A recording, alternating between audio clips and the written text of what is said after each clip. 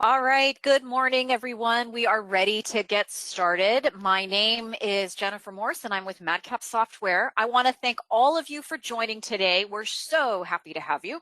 Today, we are in for a real treat. Joining me is Casey Schroeder, lead technical writer at 8451, a leading retail analytics provider and subsidiary of Schroeder. 8451 brings together customer data, predictive analytics, and marketing strategies to drive sales growth and shopper loyalty for Kroger and more than 300 consumer packaged goods companies in the United States.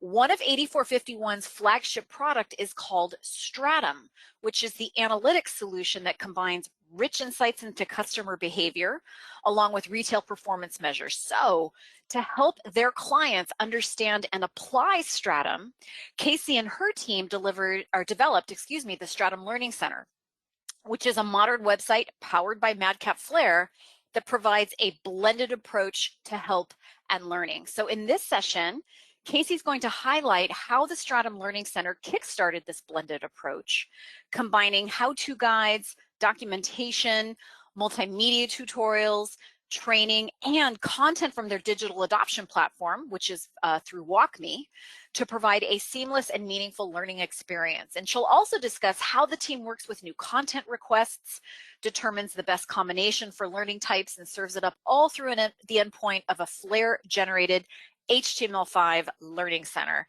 So much fun stuff to cover today. It's going to fly by, so we want to get started and jump right in. So welcome, Casey. We're so honored to have you with us today. And before I turn it over to you, a few items of business that I want to cover, just as we always do before we jump in. This webinar will be recorded and emailed to everybody when we're done. There's also a question panel in the GoToWebinar console that you can see, and definitely encourage you to use that as a place to drop in questions in there. We're going to do our best to get to as many as we can live at the end. We may not have time to get through them all, so keep the questions coming and we'll do our best to follow up after the webinar with any of those questions that we didn't get to live. So with that, again, welcome, Casey. Thanks so much for taking the time to present all this fun stuff to us today. We're so excited. I'm going to go ahead and turn it over to you. All right. Thank you so much, Jen. Hi, everyone. Thank you so much for joining us. As Jen mentioned, I'm Casey Schroeder, the lead technical writer at 8451. And today I'm here to give you an inside peek into 8451's content strategy. So if the title hasn't clued you in yet, we're going to be talking about blending help and learning into that single portal that's created in Madcap Flair, kind of like Jen mentioned. But before we get started, I do want to give you a quick overview of what I'll be covering today. So first, I'm going to set the stage with a little bit of background on 8451 and how technical writing fits into our company structure, and a little bit about the needs that we're trying to meet and the audience that we serve. And after that, I'll give you an overview of our content strategy. We'll talk about what blended help and learning is and why we chose this approach, and then a few indicators that this approach might be beneficial to your company or your organization. After that, I'm going to talk through how we kickstarted our Learning Center strategy with the 8451 Stratum Learning Center, and I'll give you 5 practical steps to get started if you're interested in trying this approach. After that, we'll get to the really good stuff. What's really exciting for us here at 8451 today, and I think for Madcap as well, is that we'll be able to give you a live tour of our flagship Stratum Learning Center from both the user's perspective and the author's perspective. Our content is locked behind a login, so this is a pretty big deal for us and our first external demo. And then as I walk you through our Learning Center, I'll also talk about key Madcap Flair features that we used to make our content scalable and maintainable. After that, finally, I'll just talk very briefly about what's coming next for 8451 and how we're continually evolving our approach over time to meet our user needs. So to start, I just want to set the stage a little bit beyond what Jen has provided and give you some context for our content strategy and why we're doing what we're doing. And so we'll start with just defining what is 8451. So at 8451, we are a cutting-edge data science and shopper data company. We are also a subsidiary of the Kroger Company, which is the second largest grocery chain in the United States. Our mission is to meet shoppers where they are with what they need. And we do that by partnering with consumer packaged goods companies like Coca-Cola, Procter & Gamble, Nestle, Unilever, Kellogg, and more, over 300 different CPG companies. Basically, any product that's in your pantry or that you see on the grocery store shelves, these are the companies we work with to provide insight into what products shoppers are buying. And we do this to help companies create relevant promotions, to stock grocery store shelves with the products that people need, and also to innovate and create new products. We are based out of Cincinnati, Ohio, which is where Kroger headquarters is located as well. And if you want to learn more about us, you can just visit our website, which is 8451.com.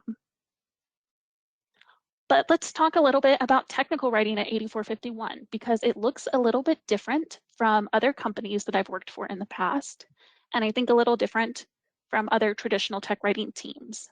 So here at 8451, we do not report up to product, to engineering, to support, or to any of the other common departments that technical writers typically report to.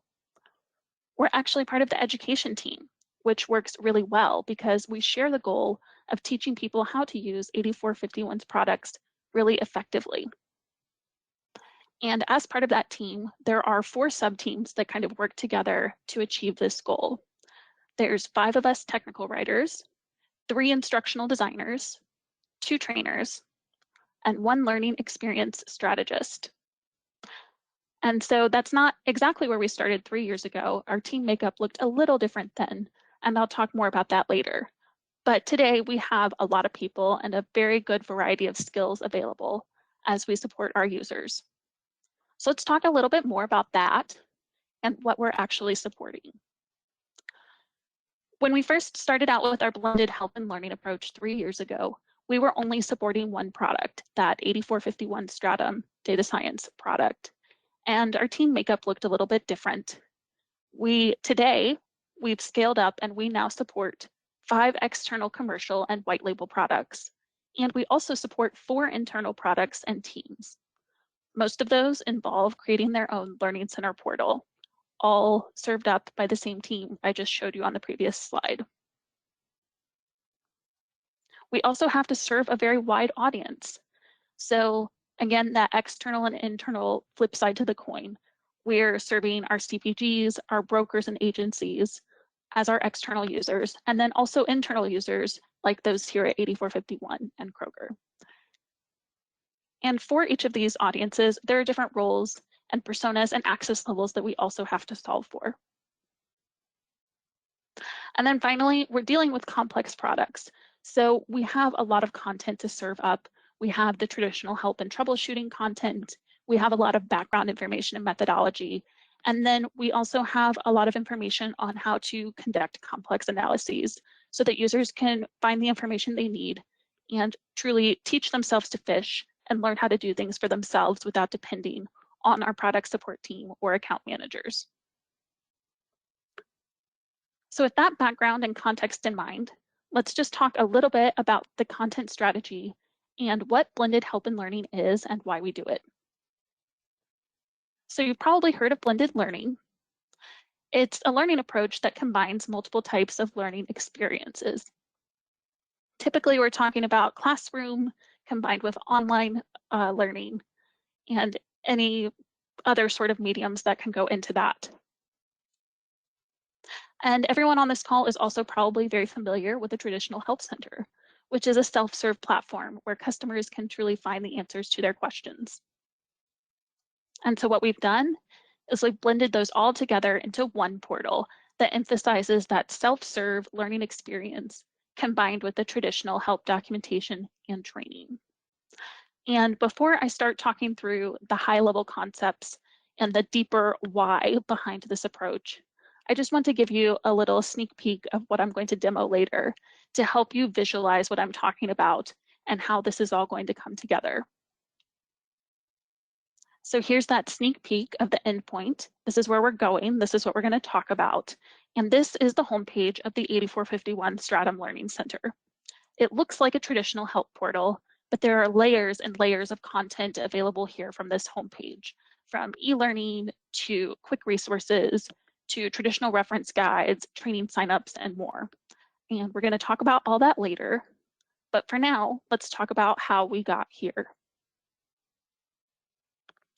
There are a lot of factors that can go into determining your content strategy, but for us, there were 4 that really stood out. And the first one, and most important, is a seamless end user experience. This is just incredibly key. If you have both help and learning content, and you want to give your users a seamless experience, it's very tricky to do that across multiple platforms. Also, if your help and learning content overlaps significantly, you're really going to benefit from single sourcing and from having all that information in one place.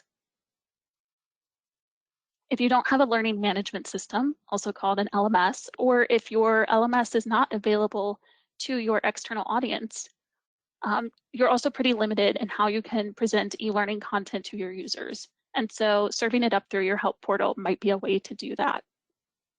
And then finally, if you have a variety of skills available on your team, that's going to be very helpful as you take on this challenge. So let's dive into each of these reasons just a little bit more. At 8451, we always put our customers first, whether we're talking about those shoppers at the grocery store or the people who use our products. And that is to say that user experience is just it's very important to us. And we really want to make our users' lives easier and not harder. And so for us, it was an absolute requirement that whatever we built had to be behind one login, the same login as our product. Because if you think about clicking a help link in a product and having it take you to a separate login, it's just really annoying to have to remember another password. It can really take you out of the experience, and you might not even continue to the help page. So we didn't really want that for our users. We also wanted a highly consistent user experience across all our systems. So we wanted things to have the same look and feel as our product. We wanted you to feel like you're in an 8451 solution, whether you're in the actual product itself or the Help and Learning Center. And it's easier to do that when you only have to style one portal. And then finally, we just wanted everything in one place so that it is easy to search. So whether you're looking for help with a problem or you're wanting to learn how to interpret something, and regardless of your learning style, have that search in one place so that your user is not thinking about, hey, do I need to go to the Help Center or the Learning Center for that information? If you have it in one place, it's just so much easier for them to find what they're looking for. And so with all that in mind, this approach just really appealed to us. This was definitely our #1 reason, but we'll talk about a couple more. Beyond the end user experience, we also need to think about our authors. So with a huge amount of content to create and manage, we knew we were going to hugely benefit from single sourcing. And for us, our variables and our snippets are absolutely essential, because without them, we can't support all the content that we couldn't support all the content that we do today. So within Stratum, there are a little over 60 different reports you can run. And for us, we wanted to provide documentation on each of those reports. Those report names could change, and they offered any variety of 250 different measures. And so there was just a lot of content to serve up for each of those pages. We also had to provide calculations and definitions for all of the measures that existed in each report. And we wanted to do so from one page without making users click around to different places. So we really took advantage of variables and snippets and also snippet conditions to help us create that single sourced content that saves our authors a lot of time. And then this has also really played into our ability to scale across other products. So when we first started thinking about doing this, honestly, our product team thought we were probably a little crazy, that with one technical writer, we wouldn't be able to support all of the content that we hope to. And truth is, today we now manage 6 different learning centers, with 7 and 8 coming soon. And that's with not that many more people from where we started. Indicator number 3. So past the benefits to authors and users, there's also potential organizational benefit to using this approach. And that's that you don't necessarily need a learning management system because you can host your e-learning content within your help portal. What's interesting about this point is that there are really two sides to using an LMS. On one hand, you might not even be able to get one. They're kind of expensive, and we did have one that was internally used, but it wasn't feasible to make it available for external users. And a lot of times the content provided in an LMS is not embeddable, so you do have to have those two portals, and it's just much harder to provide a seamless experience. But on the flip side, if you already have an LMS and you're using it to provide content to your users, you might already be providing the exact learning experience that you want through customized tracks and meaningful analytics. So if that's the case, you may want to stick with what you have. I'm not saying you can't get those things from a blended help and learning center, but it's going to take a lot more time and effort to do so if you've already got a great system in place. And then the final indicator that this might be a good approach is if you have available resources and people to do the work. And I don't want to discourage anyone from this approach, but what I don't want is for anyone to walk away from this presentation thinking that a solo technical writer is going to write content, create e-learning courses, record videos, and lead training sessions, just all from one role. I showed you earlier what our team looks like today, but here's how we started, with one technical writer, one instructional designer, 3 trainers, and a whole bunch of subject matter experts.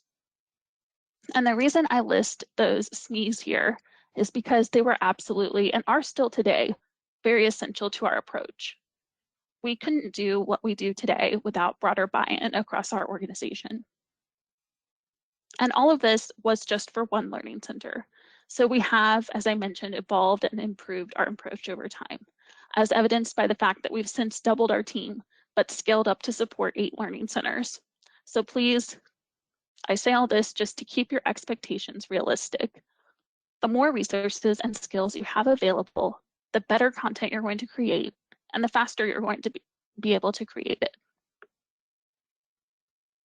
So just to recap, there are certainly other criteria that went into our decision and that might go into yours, but these were the 4 big factors in our decision to pursue blending help and learning. And I do want to call out, you don't have to meet all these conditions. Like I said, your conditions might be a little bit different, but it definitely makes a more compelling business case when you need a seamless experience, or you don't have an LMS, or you already have resources in place to support a variety of content. So let's say you do want to adopt a blended help and learning approach, or maybe you just want to adopt aspects of it. I'm going to now give you 5 practical, but maybe not necessarily easy steps to get started. And we'll also talk about a couple of things that I would definitely not recommend doing when you're starting out. So here are the 5 steps. They're pretty straightforward. You're going to identify your user needs. You're going to develop your content strategy, build your toolbox and resources, create content, and then you're going to analyze, iterate, and repeat this process over and over again. You might notice that these steps are pretty familiar. They're also key steps to crafting good content. And that's really intentional on my part because good content is crafted with the end user in mind, regardless of whether that content is traditional help documentation, whether it's videos, e-learning courses, or all of the above. Once you start breaking down what makes a really good user experience, you'll find that nearly all of the principles that you use to craft an excellent help experience also apply here. So we'll look at each of these from a blended help and learning lens, but know that regardless of whether you pursue a fully blended help and learning experience or just a partial one, you can still benefit from these principles. So let's start with the user. And I really want to emphasize the focus on your end user because this should be key to whatever you're doing as a technical writer today. But especially in the case of a large scale effort like this, the last thing you want to do is pour a lot of time and effort and money into something that's just not right for your industry or your user base. So take a step back, think about your users. Do videos make sense for them?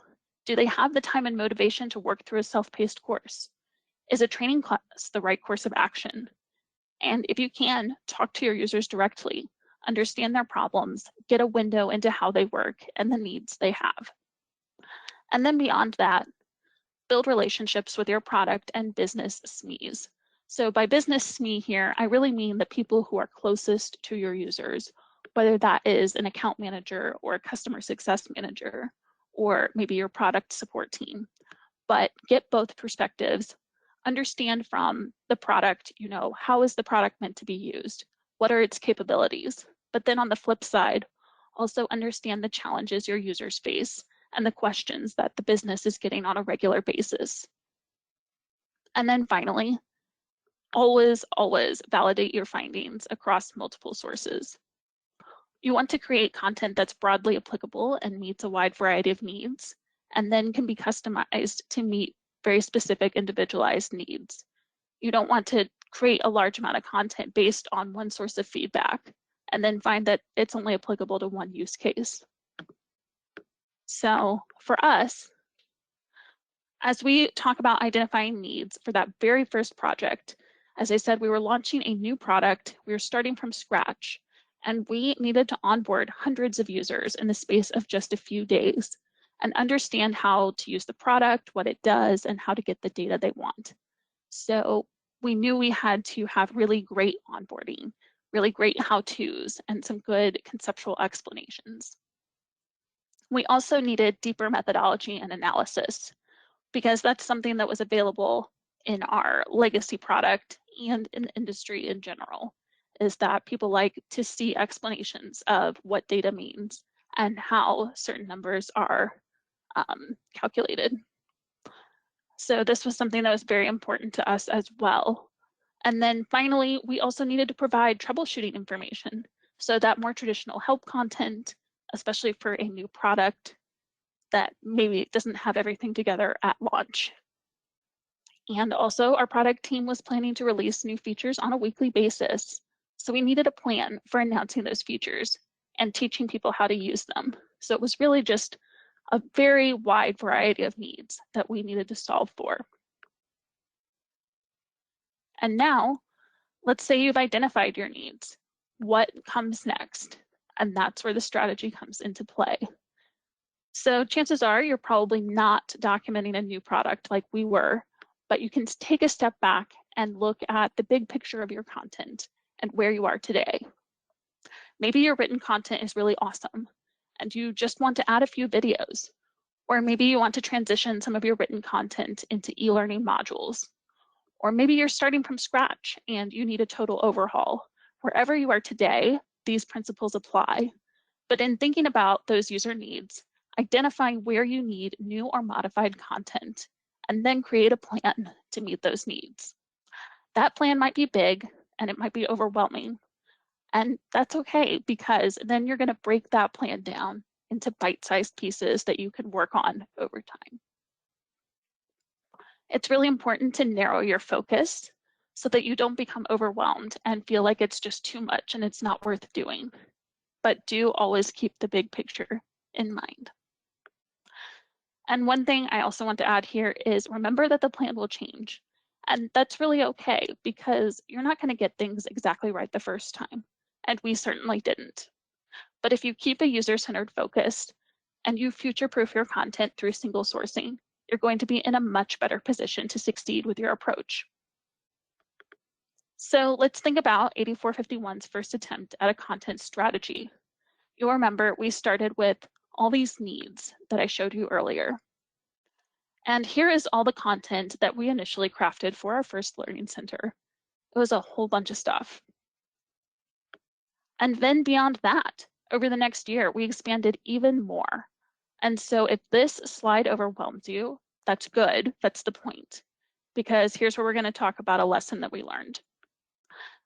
Every time somebody asked us for a video or a training session, we created it without regard to our overarching strategy, because we didn't have a very clear vision for our help and learning content.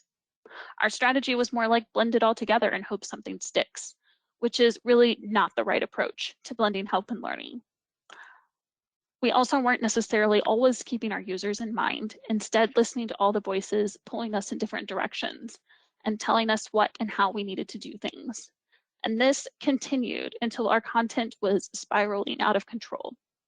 We had tons and tons of content, but there was no clear focus. And for a portal that supposedly had everything in one place, suddenly nobody knew how to find anything. So I definitely do not recommend this approach.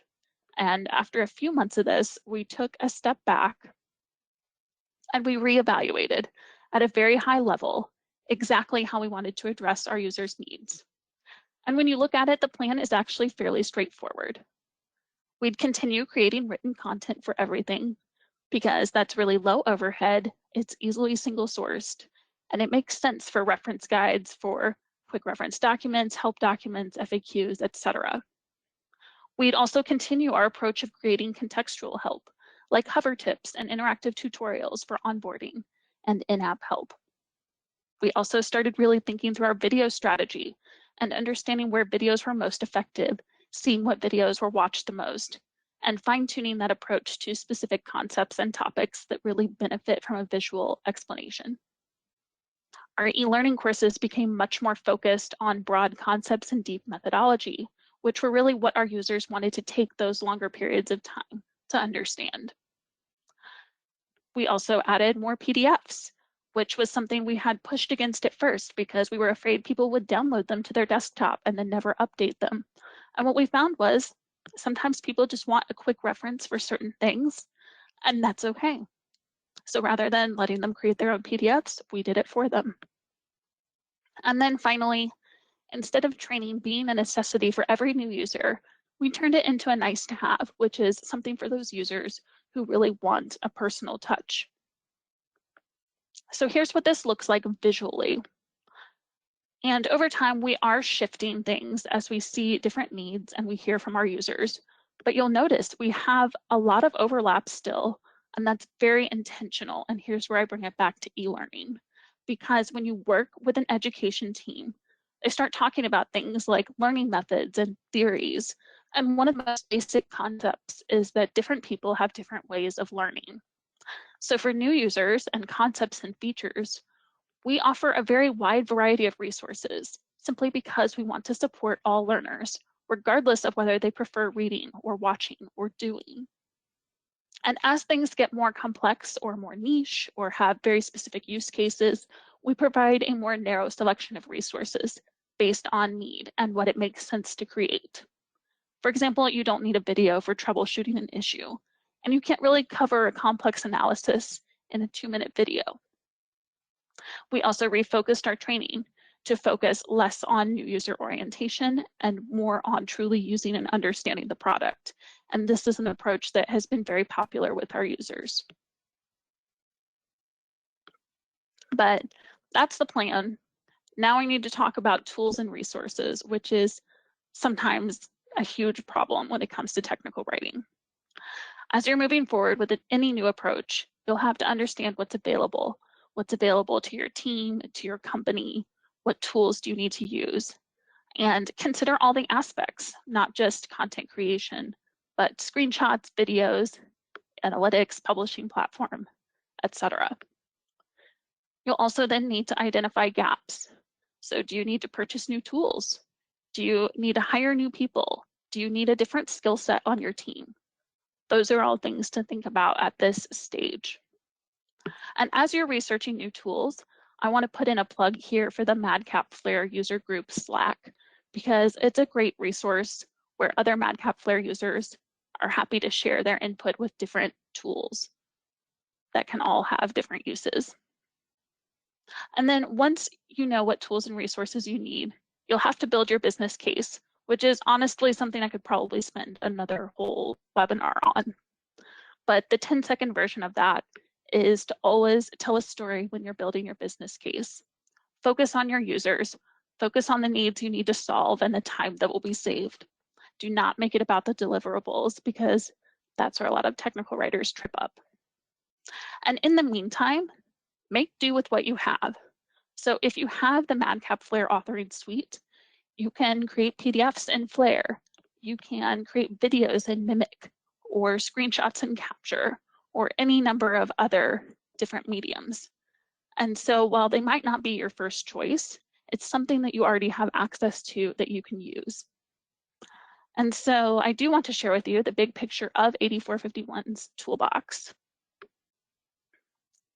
And that's not to say that you need all these tools, but to show you that not only has it taken a variety of different skills, but also a very large toolbox to support our approach. Obviously, we use Madcap Flare as the backbone for our approach, but another key player here is WalkMe for contextual help, for hover tips for interactive tutorials, and feature announcements. We also use Articulate for e-learning, and Camtasia for recorded videos. And more recently, we use Zoom for virtual training. I show this to you just to share that as much as we wish everything were done through one tool, it really does take a diverse set of tools to support this approach. But do not let this discourage you. You don't necessarily need all the bells and whistles. There are, again, plenty of things that you can do with the Madcap authoring suite, or even with basic additions like Camtasia or Snagit. So now step 4, let's talk about actually creating content. You can't wait around for the tools, and at some point you have to stop planning and start actually doing. And this is something I have to preach to myself as much as to you, because I'm a perfectionist. I like to sit around and wait for things to be perfect, and it's not realistic. You have to start somewhere. So start with what you can and evolve over time. If you don't have a helper learning portal, it's time to build one. If you need to write new content or update your existing content, do that, create videos, start bringing it all together, stop planning and put in the actual work. And as you're going, maintain that user-centered focus. Have regular check-ins with your users, with your stakeholders and your SMEs to ensure that you're maintaining that focus. And finally, be sure to embed analytics and feedback mechanisms so that you can continue listening to user needs and evolve your content in the future. And so now I'm going to give you that sneak peek into the 8451 Stratum Learning Center. So hang tight with me for just 1 second. So this is the 8451 Stratum Learning Center. It is exactly what I told you because that is a screenshot I took this morning. But you'll see it's at stratum.8451.com. So this is behind the same login, on the same portal, the same domain as our product. I'm not going to show you the product today for proprietary reasons, but it does have the same look and feel. We're maintaining consistent styles and fonts and all of that stuff from our product. This is a side nav project, although you might not recognize it from the home page. We've got a side nav skin with the navigation hidden on the home page. And this home page is really a jumping point for everything that we've created. So we've got documentation here, all the different kinds like getting started, learning about reports, digging deeper into concepts and extra resources. We've got the release notes down here, right here on the home page. And then down here we have quick links to different things, to training signups and to resources that we know our users want to download and use on a regular basis. We also have quick links to our learning centers or to our learning content right here. So different courses are all accessible from the home page. You can click here to view all the courses that we offer. And then if we go back up to the top, I'm going to show you the Stratum onboarding guides. So this is a typical Stratum Learning Center page. Like I said, we have that side navigation here on the left. But what's unique about this page is, remember, I told you we're serving different roles and different personas. So this is a jumping point for folks who have different subscription levels. So let's say I have a bronze subscription and I'm new to 8451 Stratum. I can go here and I can see a few cherry-picked things that we have selected for these users. I can also learn about key reports. You'll see there's just a few of those here. But let's say I'm a silver user. I click here. Again, we have that new to Stratum with a little extra video here. We have a whole bunch of key reports. And so this is achieved with the combination of a custom script and a bunch of snippets and snippet conditions to hide and show specific content based on what the user is selecting on the page. So this is really neat. I love to show this because it just kind of shows off how we're able to contextually show different content based on who our user is. So I'm going to go to this basic steps of 8451 Stratum page. And this is a really good example of a place where we've combined some different types of content. So at first glance, it looks like your traditional help and learning page, but you open this up and you get a video. So 7-minute video, everything you could ever want to know. Not really, but in 7 minutes, get an overview of Stratum. And then on top of that, I've got a whole written section here with specific steps for how are you going to find a report and what does each part of the user interface do. And the really fun part is, unfortunately, I can only show you the button because this is going to actually open our product and trigger a walk me walkthrough that shows me how to navigate the reports page in our product. So we've integrated our walk me content with our Madcap Flare portal so that some of these different steps and different processes, you can click show me and it triggers that tutorial. There's also a widget down here that you might have noticed. If I open it up, this is all powered by WalkMe. I can access different tutorials and different walkthroughs, the same as what is shown here. So back to that onboarding guide. Let's take a look at one of those report references. So this is our most commonly run report. It's called Product by Measure. And so this is what CPGs run to see how their products are performing. It's a very basic report, but it has a lot of metrics. And so we have this video here that's 3 minutes. We will tell you exactly how to run this report and how to use it. Or if that's not your style, we've got all the written content here as well. We're using a toggler here to show and hide a preview of what the report might look like. So a lot of users, they're very visual. They want to see this kind of preview of what they can expect to get. And that's right here. And then you'll notice this big long list of reports on the left. Each of those are reports that we run in Stratum. And for each of those report references, we have these drop downs. So which business questions is the report going to answer? That's kind of like the why. The report setup is the how. The insights and interpretation is how to apply what you've learned through the report. And then the measures is a definition of every single measure that you can view in the report in Stratum. And so if you scroll through this report has a lot of measures. I was not exaggerating when I said 250 plus. And for each of these measures, so let's say dollar sales might appear across all these reports. It's very important that we use variables and snippets to keep these names, these calculations and definitions all very consistent across the board. So now I'm going to search, and I'm going to search our #1 most searched term, which is switching. This is a type of report that you can run in Stratum. And we are using micro content here to serve up just a quick summary of our switching reports. A quick video here that gives you an overview just in a minute and a half what you can do with switching reports. And then links to more information.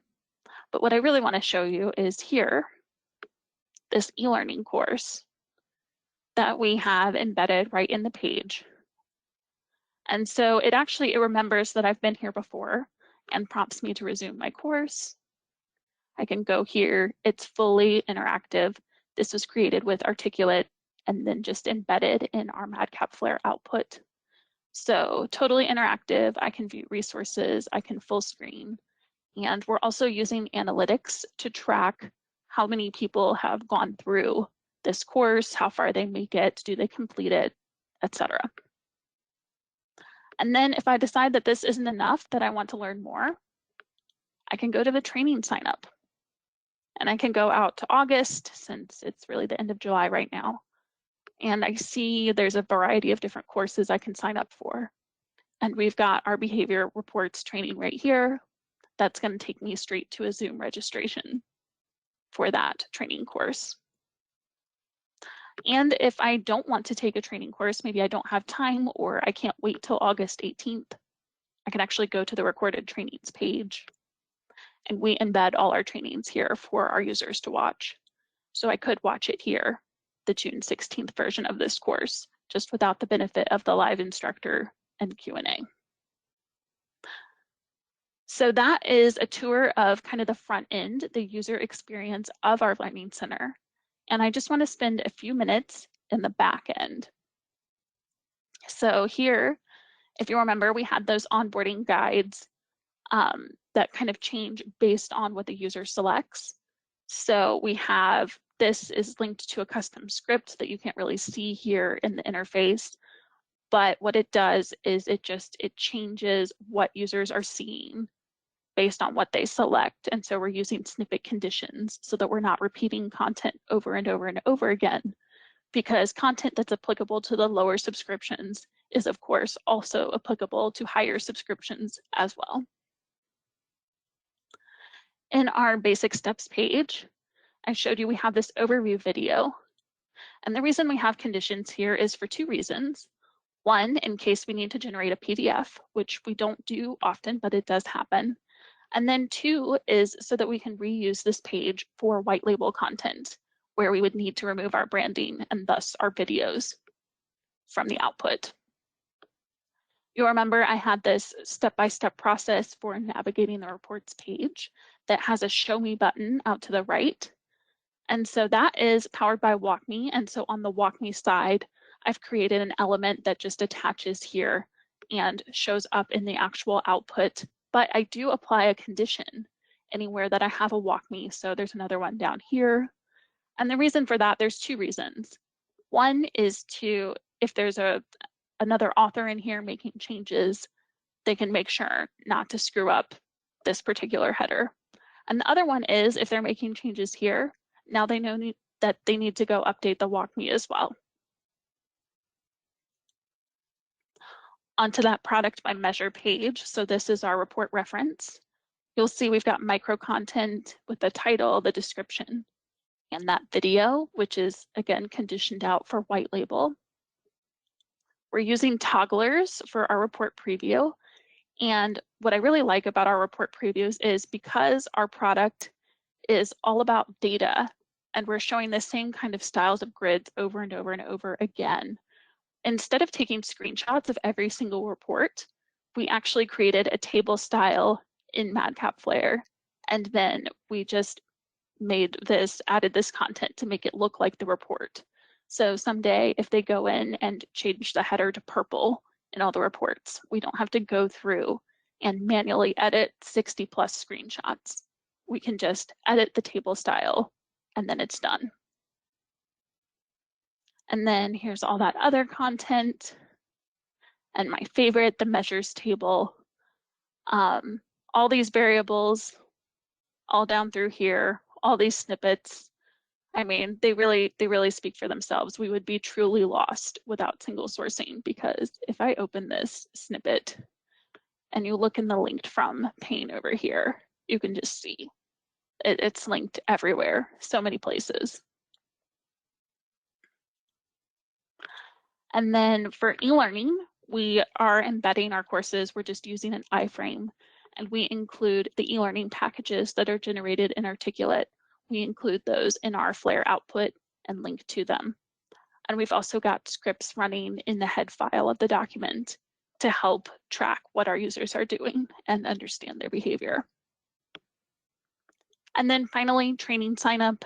There's not a whole bunch to see here because it is a custom script, but one of our instructional designers actually found an open source script that generates that calendar. And so we just link it here through the page. If you go to the text editor, right here at the bottom, there it is. And then our instructional designers update it on a regular basis. So that is the front and back end of the Stratum Learning Center. And so just a few takeaways, and also so that these are in the deck when it's sent out. We Once again, we're using that side navigation output. It's hidden on the home page, but we really like the side nav because it's easy to get between different reports and different documents. We love our snippets and variables. We use them to single source common content, and quite frankly, we could not live without them.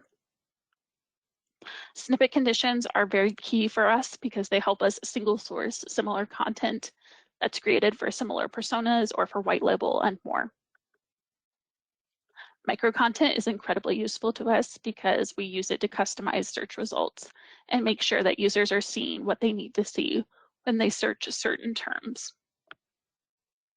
We use iframes to embed our e-learning packages. And we use a lot of custom scripts to show and hide content, to provide training sign up to LinkedIn, WalkMe, and more. We also use analytics. So we use mixed panel analytics to track usage and make improvements to our content over time. And we use CSS variables and global project linking. It's not something that I showed you here today, but these are really key to our ability to scale and maintain a consistent look and feel across all of our many learning centers. And so if you'll remember, I still owe you step 5 in this journey, and that is to analyze, iterate, and repeat. And as you know all too well, a technical writer's work is really never done. And that's especially true if you want your content to remain relevant and useful.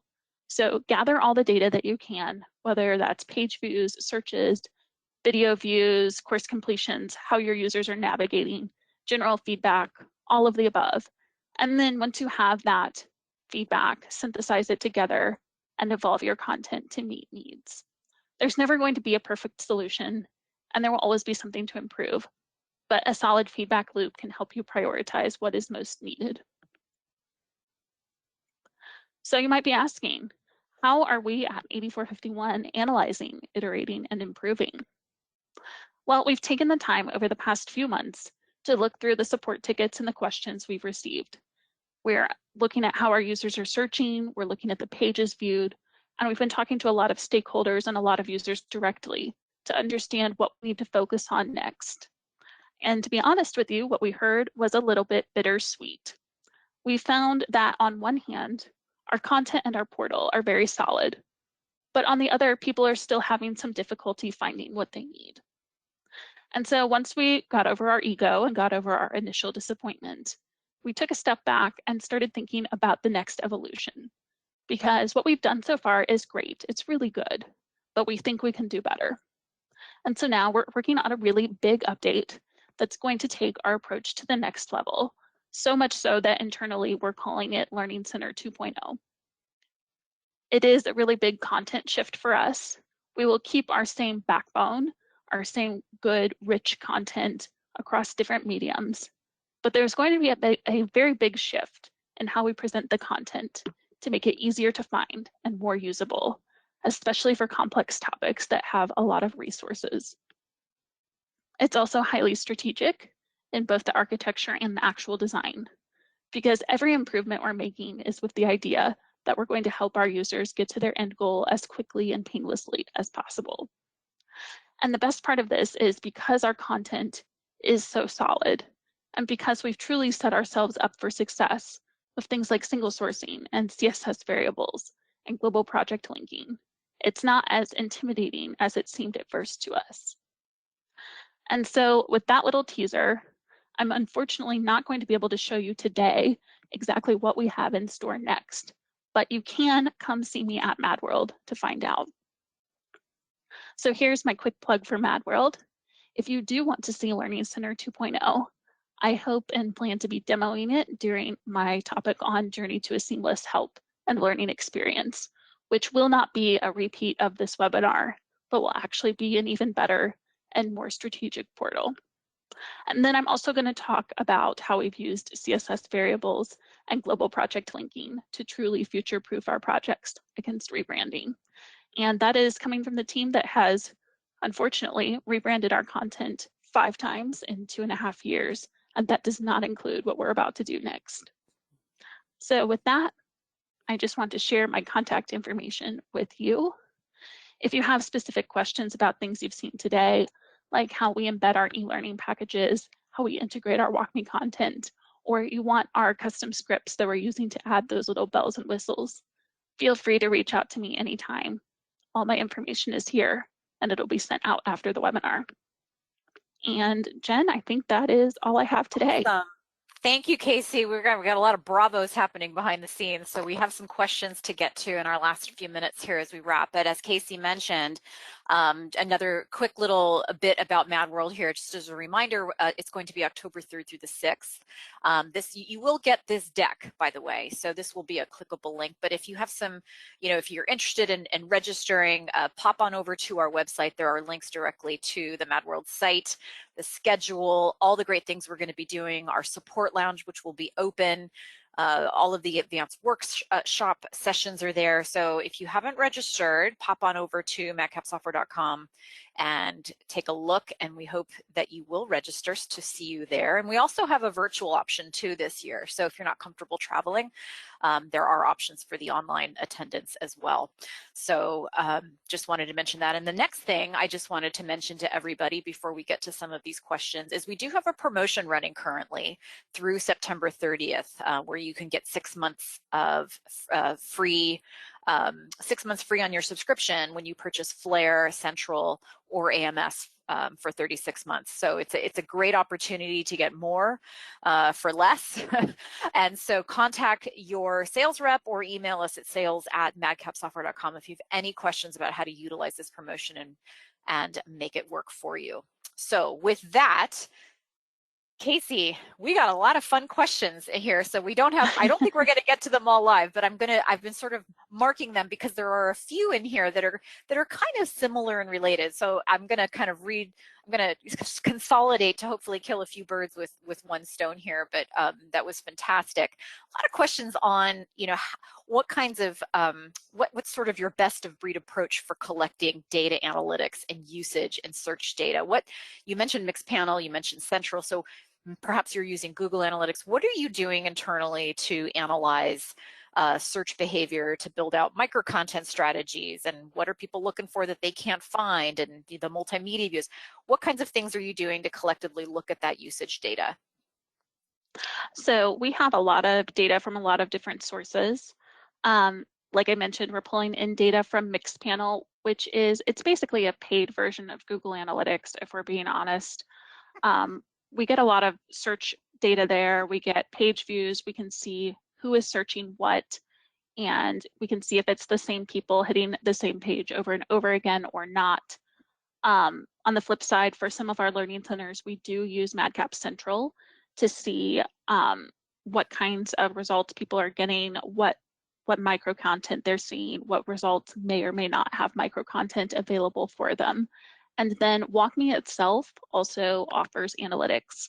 So we can see if folks decide to use the tutorial, where are the drop-off points, where are the pain points? And so we have a monthly meeting basically amongst the technical writers where we take a look at our past analytics and we look at everything we've gathered across all our learning centers and try to look at different trends and things that we're seeing and redirect our focus for the future. So it's something that we're not just collecting the data, but we're also actually looking at it and determining where we need to go next on a regular basis. That's great. Yeah, I think it's a really good point because it's not so much a, one tool versus the other to gather data. It's really a best of breed approach to give you all the little bits that you need, right? And kind of to your point earlier, it's okay that you don't have all these things. I mean, many are using Central for the data analytics. So it sounds like that's a great place to start, right? For the search and particularly to help build out that micro content strategy, because how else would you know what people are searching on, right? It's like you're guessing without something like that. But it sounds like you've added upon it with all of those different technology stacks that you're using. How long did it take for you to get to where you are today? There were a couple of questions about that. Everybody's so impressed with what you just showed. It's like, did you do it in a day? How long? About, what was sort of your, what was your journey to where you are now? About how long? So I can only speak to the journey as long as I've been at 8451. But so I joined 8451 in late 2018, and that was after basically the education team they'd done a lot of this pre-work. They knew we were launching a new product, and they realized that they need something beyond a trainer, beyond an instructional designer. And so they were like, okay, we'll go out and hire a technical writer and they'll fix everything for us, right? And so that's when they hired me. And so I came in, I got a feel for the lay of the land. And from the time that I was hired, so that was October of 2018, to the time that we launched our very initial portal, which had a lot of the content that you see today. But like I said, we didn't do everything quite right the first time. That was about 9 months. So 9 months, and then those last 2 months, we did hire a couple more writers to help out. But I would say from the time we actually started building the portal, it was probably 6 months total of time from me, and then eventually a little bit of help from other writers as well. Very good. A couple questions on the Articulate content. Mm-hmm. Is that, because we're displaying it through an iframe, which looked really cool, is that how are you housing that content externally? Is it on some other website where you're using the iframe to display that? Where are you hosting those Articulate objects? So I can't say that this is best practice because I don't know that it is, but what we do is we keep our packages basically in our repository with our Madcap Flare content. And then whenever we build our output, we have a post-build event that copies everything to the folder and it gets uploaded to the website the same way that our Madcap Flare is. Or our output is. So it's all in one folder all together. And automated, sounds like. Yep. Okay. Very cool. And then, so you just kind of going back, you did touch on this, but in terms of accessing this learning portal, it sounds like it's connected. You're hosting that on your own server. So whatever credentials they're logging into to get to Stratum are passed through so that they can access this learning center, correct? Correct. Yep. The login is the same. If you send a user a direct link to anything in our learning center and they're not already logged in, they'll be prompted to log in, and then it just takes them to the page that was requested. Okay.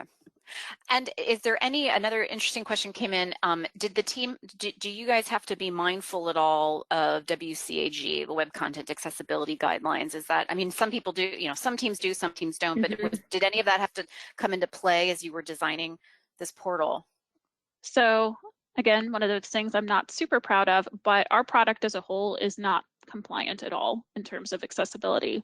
So our learning content isn't really either. So it's something that I think is an initiative on our plate for the future, but it's not something that we do today. Okay, yeah. And I think we probably have time for one more. I'm looking at the time here. Let's see, I'm looking at, there's a couple that came in that were very similar, so I want to try to get to as many as we can. A couple questions on that. I think a lot of people really liked that calendar that you had. Can you just speak real quickly? That looked really cool, to be honest with you. So can you kind of touch, just again, for those who may have missed it, can you just kind of talk about how you developed that and how is that getting updated dynamically?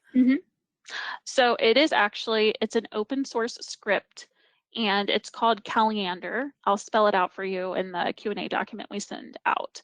But it's an open source script that one of our instructional designers found online.